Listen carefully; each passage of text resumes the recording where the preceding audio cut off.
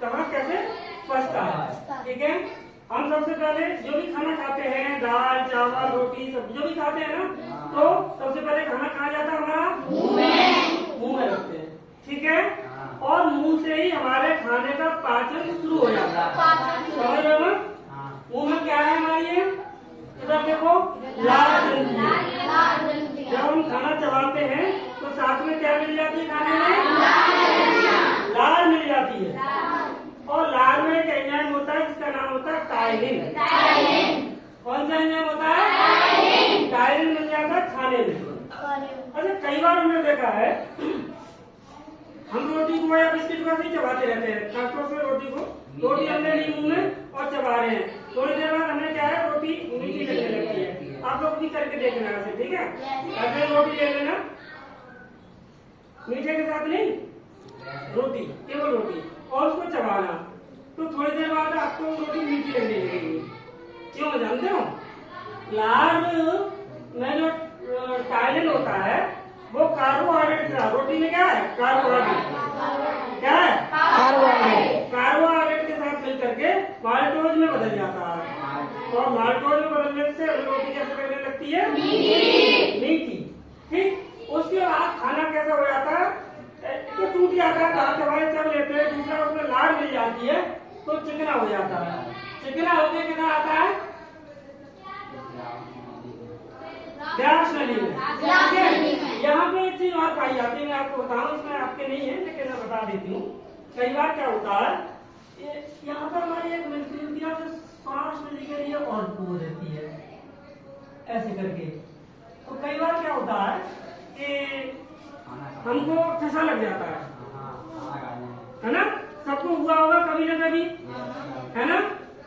तो क्या होता है, थोड़ा बहुत खाना हमारे खाने के तरीके की वजह से कि लेट के खा रहे हैं, कुछ कर रहे हैं, बातें कर रहे हैं ज्यादा, जैसे मम्मी कहती होंगी कि ढंग से बैठ के खा, बात मत कर खाना खाने में, कहती है मम्मी ऐसे?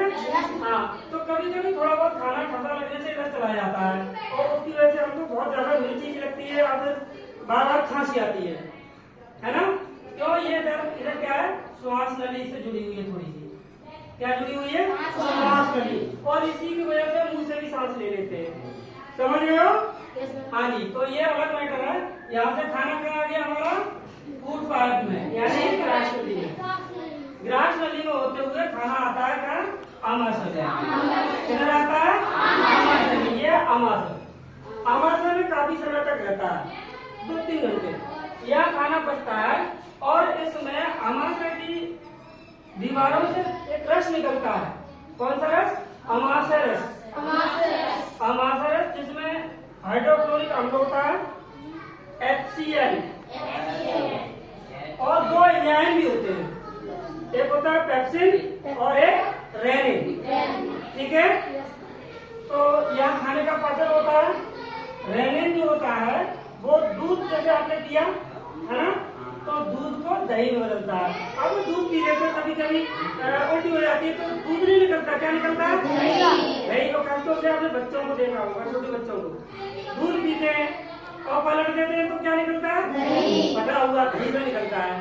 तो यहाँ पर जो एंजाइम होता है रेनिन, वो अपना काम करता है और दूध को दही में बदल देता है। समझ गए?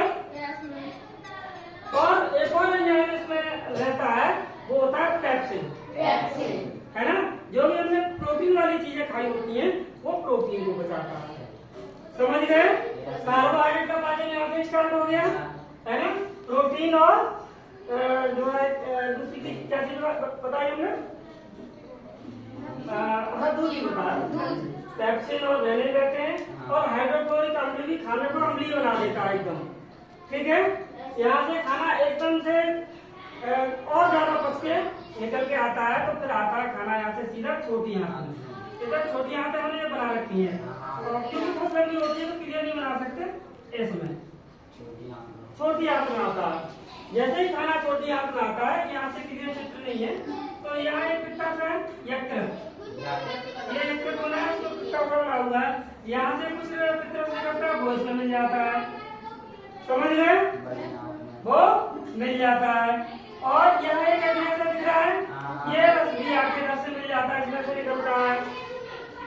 समझ गए? और इसमें छोटी आंत में आके खाना पूरी तरह से पच पच जाता है, पाचन पूरा खत्म हो जाता है। टेबल में आता है खाने का पाचन कहाँ समाप्त होता है, तो आप क्या बताओगे? छोटी आंत में खाने का पाचन पूरा होता है छोटी आंत में, इसके आगे खाना पचता नहीं है। छोटी आंत में भी खाने का अवशोषण भी शुरू होता है। इसमें आंत में अंदर चूसक पाए जाते हैं, तुम्हारे कोर्स में नहीं लेकिन बता देती हूँ। तो वहाँ से वो भोजन के रस को चूस लेते हैं, समझ गए? फिर आगे बढ़ा देते हैं और आगे खाना पच जाता है बड़ी आंत में। ठीक है, बड़ी आंत क्या करती है, जो भी बचे है ना उसमें से क्या कर लेती है, पानी को चूस लेती है, समझ गए? सारा पानी चूस लेती है। और कई बार क्या होता है, बड़ी आंत के एक ओर पे इधर एक रचना होती है जिसको अपेंडिक्स कहते हैं, यानी कि ये अवशेषी अंग है हमारे शरीर के अंदर, इसका कोई काम नहीं है, बस ऐसे ही है। तो कई बार क्या होता है, खाने का कोई भी थोड़ा बहुत ऐसे इसमें पहुंच गया तो ये वापस नहीं होता, इसी में सड़ जाता है। तो कई बार आपने गांव में सुना होगा कि आंत बढ़ गई या अपेंडिक्स का ऑपरेशन हुआ है ना, ये सड़ने लगता है, पेट में होता है दर्द, समझ गए? क्या होता है? पेट में दर्द होता है, डॉक्टर दिखाते हैं, डॉक्टर क्या कहते हैं, ऑपरेशन करना पड़ेगा, ठीक है? ठीक, और इसको काट के निकाल दिया था, इसका वैसे भी शरीर में कोई काम नहीं है। अच्छा, अभी हम क्या कर लेते हैं, बड़ी आंत में पानी चूस लिया। अब जो बिल्कुल बेकार कचरा बचा वो हमारा आ जाता है मलाशय में, यानी बड़ी आंत के लास्ट में। कहाँ आ जाता है? बड़ी आंत के लास्ट में। और उसके बाद तो आप जानते ही हो, क्या बोलते हो मैडम जी, है ना? क्या बोलते हो? कई बार ऐसा बोलते हो ना, तो हम कहते हैं ठीक है जाओ, तो एक फिर कहाँ चला जाता है, बॉडी के बाहर, समझ गए?